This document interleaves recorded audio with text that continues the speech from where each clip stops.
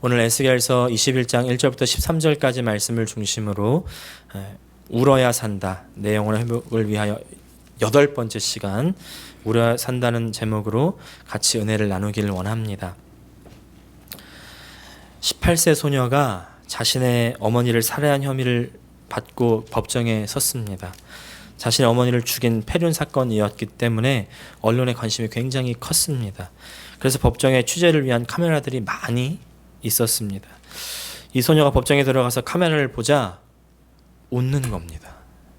뿐만 아니라 카메라를 보고 장난을 칩니다. 이런 모습들이 고스란히 카메라에 잡혔고 사람들이 경악을 금치 못했습니다. 또 이런 일도 있었습니다. 두 사람이 다른 사람들의 지갑을 훔쳤습니다. 계속 이런 일이 발생하자 이제 경찰이 사복을 입고서 수사하다가 이 두 사람을 결국 붙잡게 됐습니다. 그들에게서 다른 사람들의 지갑이 발견된 겁니다. 그 증거들이 눈앞에 있는데도 이 사람들은 나는 훔치지 않았다고, 화장실에서 주웠다고 계속 혐의를 부인했습니다. 심지어 경찰들에게 이렇게 얘기했습니다. 내가 저지르지 않은 범죄를 가지고 이렇게 겨냥해서 조사하는 이 시간을 나에게 어떻게 보상해 줄 겁니까? 저는 이 두 사건을 보면서요, 아주 씁쓸해졌습니다. 모두 자기 죄를 인정하지 않는다는 것이죠. 훤히 드러나 보이는데도 불구하고 뻔뻔하게 대하는 겁니다. 오히려 자신의 이 죄를 가지고 울어야 될 판인데 자신의 처지를 보면서 내가 왜 이 지경까지 이르렀나 한탄해야 되는 상황인데 그 상황에서도 너무나 뻔뻔하게 이거 별 큰 것이 아니라고 그렇게 생각하고 있는 겁니다. 정말 울어야 할 때인데 울지 못하는 그런 사람들, 상황 인식이 너무 안일합니다. 우리도 혹시 이런 상황이 영적으로 동일하게 있지 않습니까? 내 자신의 영적인 육적인 모습을 보면서 울어야 할 때인데 울지 못하고 너무나 안일하게 태연하게 평안하게 살고 있지는 않습니까? 여러분, 우리 신앙생활 하면서 내 자신을 보면서 울었던 때가 언제입니까? 자기 영적인 무너진 모습을 보고서, 영적으로 강팍해져 있는 모습을 보고서 내 안에 하나님의 자리가 너무 작고 영적인 질서가, 하나님과의 그 질서가 잡혀지지 않은 그것을 보면서 울고 있는 나를 발견하십니까? 예배는 형식적으로 드리고 시간에 맞춰 왔다 시간에 또 끝나면 가고, 이런 자신을 보면서 영적으로 울어야 할 때인데 그렇지 못하고 있지는 않습니까? 오늘 본문에서 하나님은 에스겔에서 말씀합니다. 이스라엘 백성들을 향해서 탄식하고 슬퍼하라고, 심지어 허리가 끊어지듯 탄식하라 이렇게 말씀합니다. 6절 보니까 네, 이 비슷한 말씀을 뒤에서 또 한 번 반복하시는데 12절에서는요 부르짖어 슬피 울라고도 말씀하시죠. 에스겔의 넓적다리를 치라고도 하십니다. 넓적다리는 허벅지를 이야기하는 것인데 예루살렘의 멸망, 특히 유다 왕족의 멸망에 대한 깊은 슬픔을 표현하는 것입니다.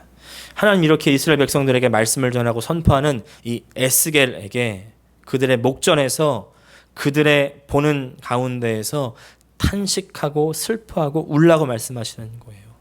하나님의 의도가 무엇일까요? 바로 하나님의 의도는 이스라엘이 이렇게 울어야 된다는 겁니다. 이스라엘 자신, 너네들이 이렇게 울어야 되는데 울지 못하고 있다. 울지 못하고 있다. 죄로 악한 것으로 말미암아 하나님과 멀어져 버린 이 이스라엘 백성들이 자신의 상태를 보고 울어야 되는데 전혀 그러지 못하고 있다는 겁니다. 그래서 그들 앞에서 울고 탄식하는 모습을 보여주라고 하시는 겁니다. 우리 자신의 모습을 보고 울 수 있으십니까? 이것이 하나님께서 우리에게 원하시는 모습입니다. 우리가 실수할 수 있습니다. 쓰러질 수 있습니다. 하나님과 멀어질 수도 있습니다. 하나님 우리의 연약함을 아시기 때문이죠. 그러나 하나님이 원하시는 것은 하나님 나 연약합니다. 그리고 그걸로 핑계를 삼아 계속 연약함을 유지해가는 것이 아니라 우리의 연약함을 보고 울고 탄식하는 것을 원한다는 것입니다. 울 수 있기를 바랍니다. 우리 마음 가운데 가슴을 치면서 우리의 영적인 이 후퇴를 보며 영적인 몰락을 바라보며 울고 하나님께 구하는, 회복을 구하는, 부흥을 구하는 저 여러분 되시기를 축복합니다. 제가 많이 말씀드렸는데요. 보스턴에서 버지니아의 사역을 다 내려놓고 배우자를 찾아러 갔다고 말씀드리지 않았습니까? 근데 그때 하나님께서 제 안에 깊은 슬픔을 주시는 거예요.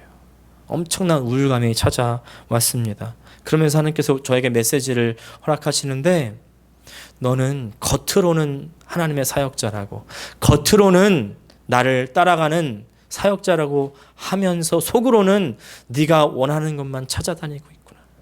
속으로는 네가 왕이구나. 네가 너의 주인이구나. 말씀하시는데요. 그때 제 무릎이 탁 꿇려지는 겁니다. 그냥 엎드려지는 겁니다. 그러면서요, 울음밖에 안 나오는 거예요. 눈물밖에 안 나오는 겁니다. 네. 그때부터 한 달 동안 펑펑 울었다고 말씀드렸죠. 하나님 앞에 부끄러움의 눈물, 죄송함의 눈물, 회개의 눈물, 그리고 깨닫게 해주시는 그런 감사의 눈물, 그렇게 한 달 동안을 울고 나니까요, 불안과 어둠으로 가득했던 제 안에 그제서야 평안이 찾아오는 겁니다.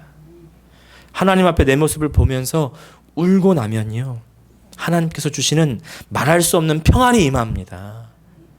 울고 나서 끝이 아니에요. 그냥 울고 나서 잊혀지는 것이 아니라 영적인 도전, 그 회개를 통해서 영적인 부흥이 내 안에 일어나는 겁니다. 그러면 내가 그 힘으로 다시 일어서고 회복되는 것이에요. 여러분, 하나님 앞에 울면 살게 됩니다. 사무엘상 7장에 보면요, 블레셋에서 온갖 고초를 당하고 있는 그 이스라엘 백성들이 나옵니다. 우상을 섬기고 하나님을 떠나 있는 데다가 블레셋의 지배까지 받고 있으니 육적으로도 소망이 없고 영적으로도 소망이 없어요. 이들이 어떻게든 회복해야 되지 않겠습니까? 이들은 분명히 회복하는데 그 비결이 무엇이냐면 바로 하나님 앞에 가서 우는 것이었습니다. 사무엘상 7장 2절 같이 한번 읽겠습니다. 시작. 괴가 기럇 여아림에 들어간 날부터 20년 동안 오래 있은지라 이스라엘 온 족속이 여호와를 사모하니라. 이스라엘 온 족속이 여호와를 사모하니라라고 말씀했는데, 사모하단 말을 영어로 봤더니 mourned and sought after. 다시 말해서 울며 찾았다는 뜻입니다. 울며 찾았다.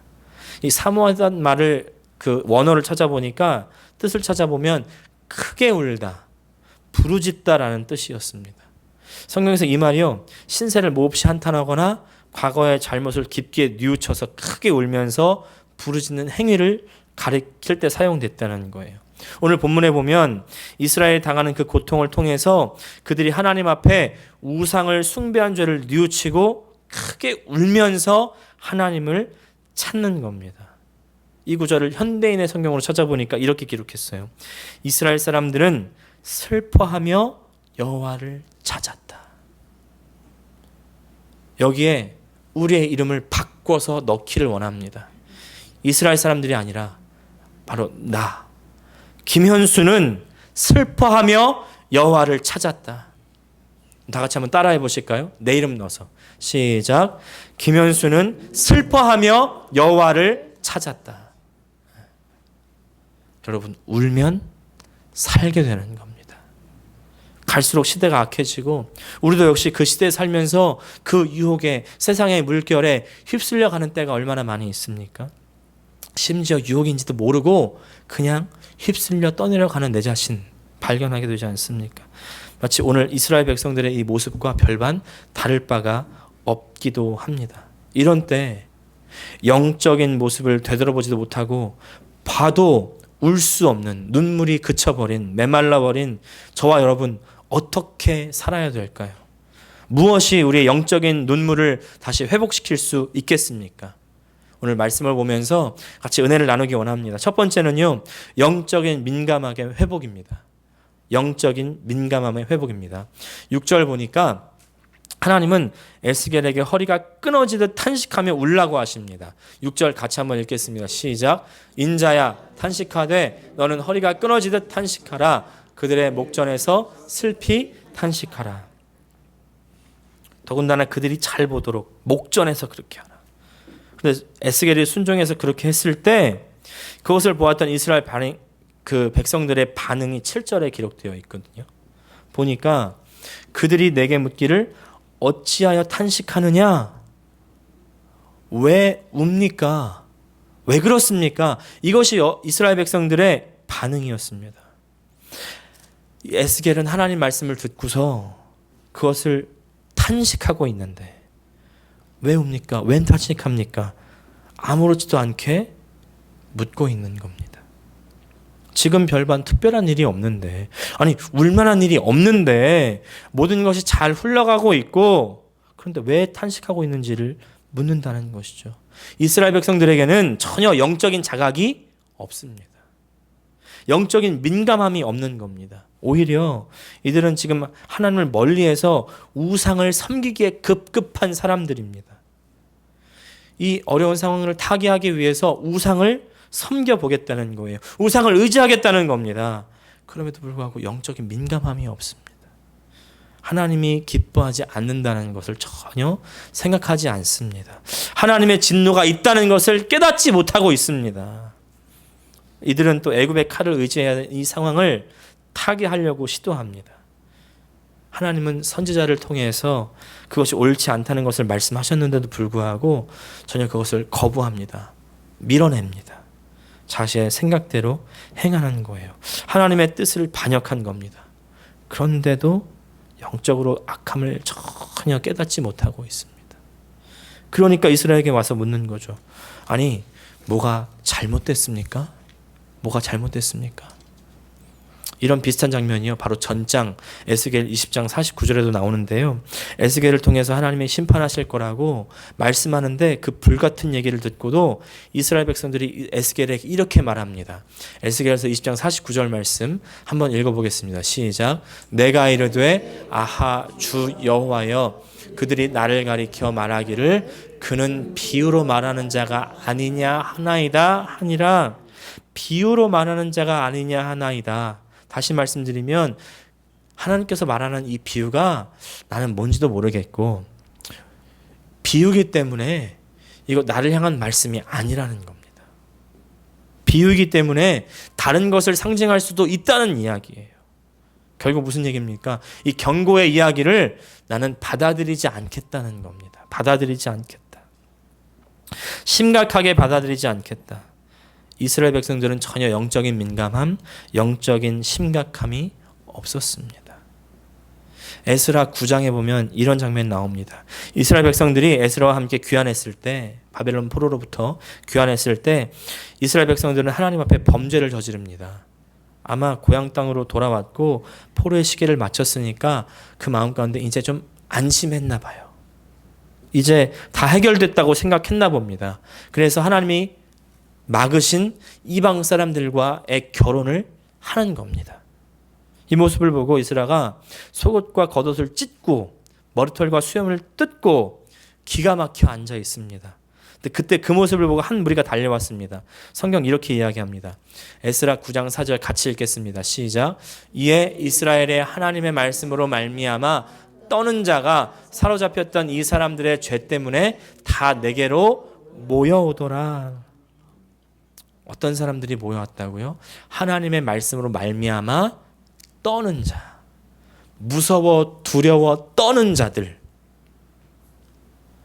에스라가 울며 회개했을 때, 수염을 다 밀고 옷을 찢었을 때 그것을 보며 영적으로 민감하게 받아들이는 두려워 떠는 사람들이 있었다는 것이죠. 영적인 민감함을 가졌던 사람들. 여러분, 이 모습이 바로 우리가 회복해야 되는 모습인 줄 믿습니다. 어떤 사람 울고 있으면 아니 뭐 집에 슬픈 일이 있나 보다. 그게 아니죠. 그 사람을 위한 안타까움이 있는가 하면 또한 내 마음 가운데 영적인 민감함을 가지고 왜 울어야 할 만한 상황인지를 깨닫는 저 여러분 되시기를 주님의 이름으로 축복합니다. 영적으로 울기에 첫 번째 필요한 것이 영적인 민감성이라면 두 번째는 영적인 긴장감의 회복이 필요합니다. 영적 긴장감의 회복입니다. 긴장하는 것을 좋아하는 분들 많지 않죠. 긴장되게 왜 그래? 그런 말 하지 마. 근데 긴장감이라는 것은요, 사실 긍정적인 효과가 있습니다. 사람을 주의 깊게 만드는 거죠. 우리가 영적인 긴장감을 갖는다는 것은 내 마음대로 행동하지 않는다는 것을 의미합니다. 내 마음대로 행동하고 내 마음대로 결정하지 않는 것을 의미하죠. 하나님의 일을 돌아보게 만들고 하나님의 뜻이 무엇인가를 생각하게 만드는 것입니다. 오늘 본문 1절부터 7절까지를 보면 하나님이 재앙을 주실 거라고 설명합니다. 구체적으로 칼을 이야기하셨고 그것을 인해 칠 것이라고 이야기하십니다. 이스라엘 백성들은 사실 이런 재앙이 언급되기 전까지는 아주 시간이 충분했습니다. 아주 오랜 기간 평화로운 기간이 있었어요. 자신들의 죄를 깨닫지 못하는 겁니다. 이들이 범죄하고 하나님을 떠나고 불순종했지만 왜냐하면 즉시로 재앙이 임하지 않았기 때문이죠. 당장 어떤 천재지변이 일어나지 않았기 때문입니다. 그래서 징계의 경고의 말씀이 내려오지만 지금 당장 어떤 일이 생기지 않으니, 지금 당장 내 팔다리가 부러지지 않고 내 자녀가 실패하지 않고 내 사업이 괜찮게 굴러가니까 영적으로 긴장감을 갖지 않고 있는 겁니다. 나 괜찮구나 여기고 있다는 것이죠. 여러분 기억하시기를 바랍니다. 하나님은 악을 싫어하시는 분이고 반드시 심판하시는 분이시라는 겁니다. 반드시 죄의 대가를 치러야 돼요. 죄는 용서하시죠. 그러나 죄의 대가는 고스란히 누구에게 오냐면 우리에게 돌아오는 겁니다. 이들이 영적인 긴장감이 없이 사니까 심판이 즉시 이루어지지 않는다고 해서 전혀 자신의 모습을 심각하게 받아들이지 않고 있는 것이죠. 영적으로 옳은지 그른지, 하나님이 기뻐하시는지 심판하시는지 전혀 생각하지 않습니다. 오늘 본문에 하나님께서 이렇게 심판을 언급하시죠. 이 사람들이 잘해서 미루어 두신 것이 아닙니다. 하나님이 지켜보지 않으신 것이 아니라 오히려 계속 지켜보고 계셨고 정말 눈동자같이 우리 앞에 우리의 모든 행동 하나하나를 지금 감찰하고 계시다는 것을 기억하시기를 바랍니다. 그리고 우리가 행한 대로 반드시 보응을 받습니다. 그것이 성경의 말씀이에요. 그것이 하나님의 말씀입니다. 언젠가 생명의 삶에 소개된 글인데 한번 나누기를 원합니다. 독수리 한 마리가 나이아가라 폭포 위에 있는 호수를 날면서 먹을 것을 찾고 있었다. 마침 독수리의 눈에 죽은 양 한 마리가 둥둥 떠내려가고 있는 것이 보였다. 그 순간 독수리는 쏜살같이 내려와서 양의 시체를 날카로운 발톱으로 꽉 움켜쥐고는 그 고기를 뜯어먹기 시작했다. 그러는 동안에도 죽은 양은 계속 물살에 따라 폭포 쪽으로 흘러가고 있었다. 그러나 독수리는 전혀 걱정하지 않고 고기를 뜯어먹는 일에만 정신이 팔려 있었다. 아마도 이렇게 생각했을 것이다. 나는 날개가 있어서 날 수 있으니까 폭포에 떨어지더라도 아무 상관없어. 그러는 사이에 죽은 양은 점점 흘러 나이아가라 폭포에 와서는 물줄기와 함께 빠른 속도로 떨어지게 되었다. 그제서야 독수리는 먹기를 중단하고 위로 솟구쳐 오르기 위해서 날개에 힘을 주었다. 그러나 이미 독수리의 발톱이 죽은 양의 몸속에 깊이 박혀서 빠지지 않았다. 결국 이 독수리도 양의 시체와 함께 폭포수에 휩쓸려 죽고 말았다. 우리의 모습이 이와 같지 않은가? 썩은 송장과 같은 것을 아무리 붙들고 있어도 우리에게 아무런 도움이 되지 않는다. 오히려 우리를 죽음의 길로 인도할 뿐이다. 버릴 것은 버려야 된다. 믿는 이는 썩어질 육신을 위한 일에 붙잡히지 말고 그리스도 예수에게 붙잡힌 바 되어야 한다. 그래서 어디든지 주님이 인도하시는 대로 따라가는 삶이 되어야 한다. 여러분, 저 앞에 폭포가 있다는 것을 알매도 불구하고 긴장하지 않는 것이 요새 사람들입니다. 당장 먹잇감이 있기 때문에, 당장 즐길 것이 있기 때문에 계속 긴장을 늦추게 되는 것이죠. 이 정도는 괜찮아. 여기까지는 괜찮아. 근데 폭포가 다다랐을 때 발을 빼지 못한다는 거예요. 그때 내가 그만둘 수 있고 그때 내가 빠져나올 수 있다고 생각하지만 그러나 그때는 이미 늦었다는 겁니다. 그때까지 우리가 홀드하지 않고 참지 말고 기다리지 말고 그 전에 하나님께서 지금 우리에게 기회를 주실 그때 우리는 긴장감을 회복해야 될 줄 믿습니다. 긴장을 풀면 안 돼요. 지난주에도 히스기야 말씀을 드렸었는데 그가 죽을 병이 들었었는데 히스기야가 울며 기도할 때 그 기도를 듣고 그 울음을 보고 하나님께서 응답해 주시고 병을 고쳐주셨다고 말씀드렸잖아요. 그럼 그때 히스기야가 뭘 해야 될까요? 아주 기뻐하며 그 은혜에 감사함으로 하나님께 영광을 올려드리며 살아야 되는데 그때 좋은 소식을 듣고 바벨론에서 사신이 옵니다. 병에서 나으셨다면서요? 그래서 온갖 이제 좋은 것들을 보내고 사신을 보내서 축하를 합니다. 그러니까 히스기야가요 기분이 좋아가지고 자만해서 그에게 모든 보물 창고와 무기고를 열어서 자랑합니다. 자랑해요. 결국 이 일로 하나님께 책망을 받게 되죠. 바벨론의 창고로 이것이 옮겨질 것이라고 하나님께서 말씀하십니다. 조금 전까지만 해도 영적으로 완전한 사람이었던 하나님께 겸손하게 무릎 꿇을 수 있었던 히스기야였는데 잠깐 병이 나와서 영적인 긴장감을 푸는 순간 악의 원흉이 되어버렸습니다. 죄의 구렁텅이로 빠져들게 되었습니다. 영적 긴장을 푸는 순간 떨어진다는 것을 기억하시기를 바랍니다. 영적으로 울 수 있기 위해서 첫 번째는 영적인 민감함, 두 번째는 영적인 긴장감이라면 세 번째 필요한 것은요 영적인 겸손함입니다. 영적인 겸손함이 필요합니다. 10절 말씀 같이 읽겠습니다. 시작. 그 칼이 날카로움은 죽임을 위함이요 빛남은 번개같이 되기 위함이니 우리가 즐거워하겠느냐. 내 아들의 규가 모든 나무를 업신 여기는도다. 이스라엘이 이렇게 눈물도 없고 하나님 앞에 탄식하지도 못하게 되기까지 이렇게 변하게 되기까지는요 그들의 영적인 교만함이 숨어 있었습니다. 영적인 교만이 그들로 하여금 하나님을 찾지 못하게 만들어 버린 거예요. 하나님 앞에 범죄하면서도 난 자신이 있어 이렇게 만들어 버린 것이죠. 오늘 10절에 보면 내 아들의 규가 모든 나무를 업신여긴다 이렇게 말씀하는데 규라는 것은요 왕이 갖고 있는 이 막대기, 왕의 권위와 왕의 가진 그 힘을 의미하는 홀을 의미합니다. 혹시 기억나십니까? 에스더가 왕 앞에 나갈 때 왕이 손에 준 이 홀, 이 규를 내밀으면 살 수 있고 내밀지 않으면 죽임을 당했다고 말하지 않았습니까? 그 홀이 바로 규인데 이 왕의 권한, 권력을 의미하는 것이죠. 내 아들은 이스라엘을 의미하는 겁니다. 나무는 이스라엘 주변의 열강을 의미합니다. 언뜻 믿음으로 두려워하지 않고 담대한 것처럼 보이죠. 난 하나님의 백성이다. 이 주변 열방이 두렵지 않다.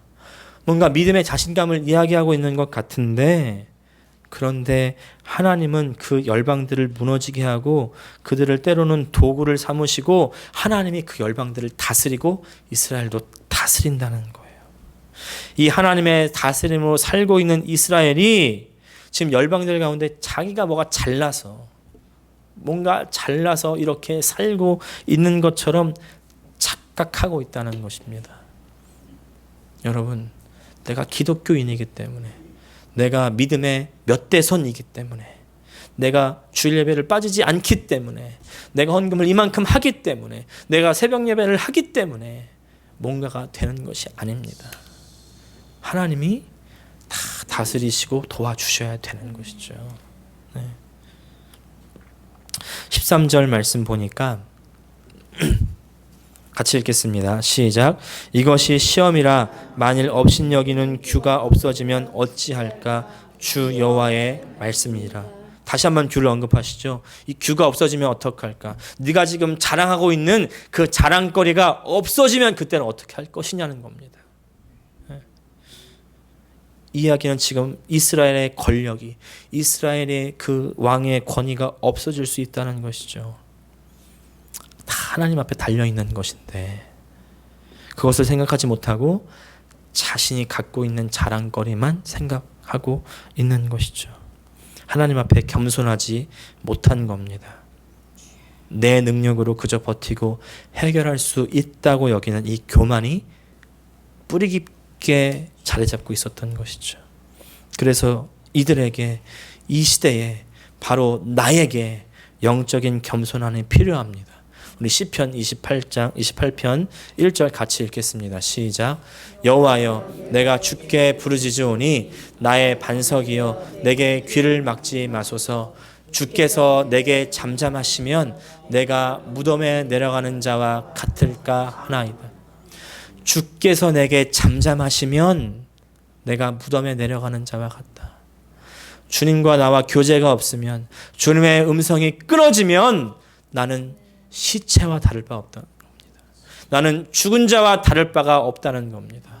내가 아무리 지금 살고 버티고 있다고 자만하지 마시기 바랍니다. 하나님과 교제가 끊어지면 죽은 자와 같습니다. 진정한 영적인 겸손이 무엇인지 우리가 알 수 있는 대목이죠. 하나님의 힘으로 사는 것, 하나님의 그 힘을 의지하는 것, 주님과 끊임없이 교제하는 것, 이렇게 겸손을 회복하는 저 여러분 되기를 축복합니다.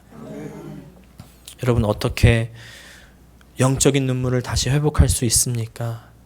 영적인 민감함, 영적인 긴장감, 또 영적인 겸손함을 가져야 됩니다. 이 요소들을 어떻게 가진다고요? 앞서 말씀드린 것처럼 하나님 말씀 앞에 두려워 떠는 자가 되셔야 돼요. 말씀에 문감각해서 아무리 말씀해도 대수롭지 않게 여기고 말씀에 비추어 자신을 보지 않으려고 그렇게 하는 사람들에게는요, 영적인 회복이 일어날 수가 없습니다. 말씀을 듣고 말씀을 두려워하는 자들 앞에 결국에는 영적인 회복이 일어나게 되는 것이죠. 하나님 말씀을 소중하게 여기시기를 바랍니다. 그리고 말씀을 두려워하시고 그 말씀 앞에 나를 항상 비춰 보시기를 바랍니다. 이런 영적인 도전과 회복이 있는 저 여러분 되시기를 간절히 축복합니다. 기도하겠습니다.